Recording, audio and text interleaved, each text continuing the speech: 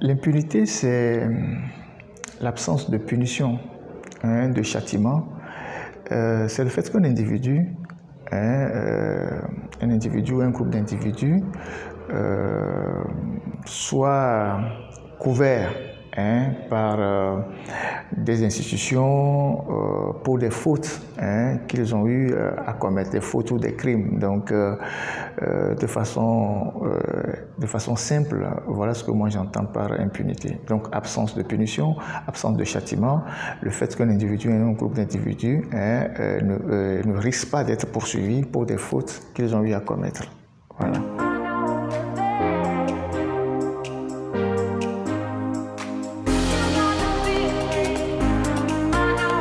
Alors, la persistance des cas d'impunité dans un pays encourage d'abord le crime. Ça encourage des gens à commettre les crimes, à commettre des fautes. Ensuite, cela sape la cohésion sociale. Parce que le fait que l'impunité soit garantie à des individus fait que les victimes peuvent décider elles-mêmes de se rendre justice, et ce qui peut être un facteur de trouble dans un pays. Donc l'impunité sape la cohésion sociale, elle encourage le crime et elle pervertit la société. Donc voilà.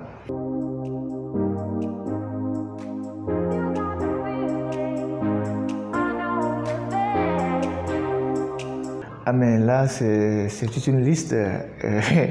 Elle sera vraiment très longue. Vous savez que l'histoire de notre pays a été marquée par des crimes de sang assez horribles depuis les indépendances jusqu'à ce jour. Pour être plus proche de l'histoire, en 2005 par exemple, il y a eu des massacres à l'issue des élections. On a parlé de 500 morts, de 1000 morts, et ces crimes n'ont jamais été punis. Il y a des répressions, des manifestations publiques avec des assassinats des élèves comme les élèves de Dapan, Touti, Anselme Sinalin.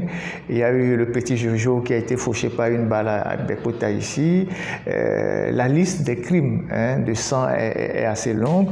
Dans un pays normal, les juridictions devaient se saisir de ces dossiers-là. C'est pas qu'il n'y a pas de plainte, il y a des plaintes. Il y a des cas de torture aussi. On devrait normalement conduire ces enquêtes et puis faire des procès et punir les auteurs de ces actes qui n'honorent pas notre pays. En plus, maintenant, il y a des crimes économiques. Il y a des crimes économiques que des médias ont eu le temps de relever, des cas de corruption, des scandales financiers. On a parlé longuement de la route Lomé-Vaughan. Beaucoup de milliards qui ont disparu pour à la fin faire une route qui ne répond pas véritablement au projet de départ.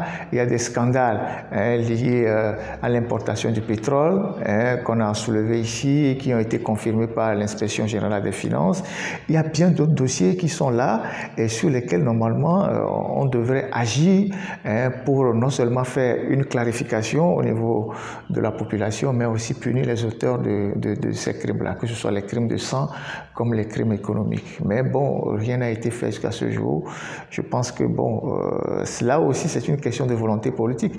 Ceux qui tiennent le pays, c'est à eux de définir les objectifs, le cap, là où ils veulent arriver, et de nettoyer, excusez-moi le terme, de nettoyer le pays ou bien d'assainir la vie publique de manière à ce que bon, ces comportements de déviance, de perversion ne deviennent pas la norme pour la jeunesse ou pour les citoyens. Voilà.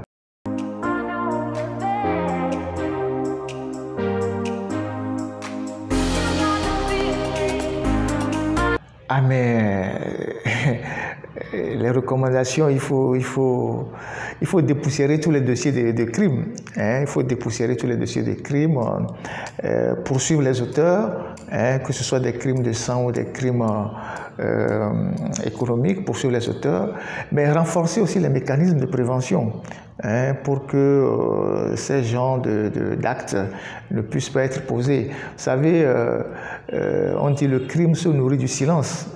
Tant qu'il y a des actes qu'on pose et que des gens ne soient pas poursuivis, d'autres sont tentés de le faire. Mais lorsque des gens sont poursuivis dans la société, on en arrive à une certaine discipline personnelle et collective, de telle sorte que les gens évitent de poser certains actes. Donc, là aussi, le Togo est doté des meilleurs instruments juridiques, mais dans l'application, rien n'est fait. Aujourd'hui, qu'est-ce que le Togo fait pour les cas de torture? Absolument rien. Il faut que ce soit la Cour de justice de la CEDEAO qui rappelle que voilà, il y a des cas de torture, le Togo doit instruire sur des cas de torture. Qu'est-ce qu'on fait pour les crimes de sang? Rien du tout.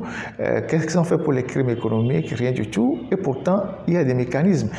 Dans les autres pays, par exemple, on voit bien en Guinée, Conakry, au Bénin et bien d'autres pays, c'est vrai que les gens parlent des tribunaux, surtout au Cameroun, il y a des tribunaux spéciaux concrets pour juger des crimes, que ce soit les crimes économiques ou les crimes de sang.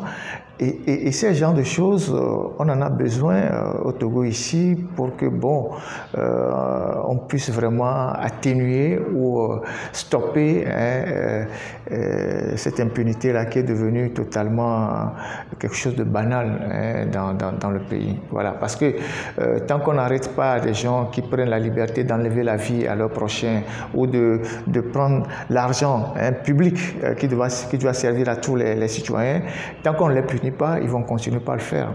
Maintenant, il faut stopper. À un moment donné, il faut dire ça va.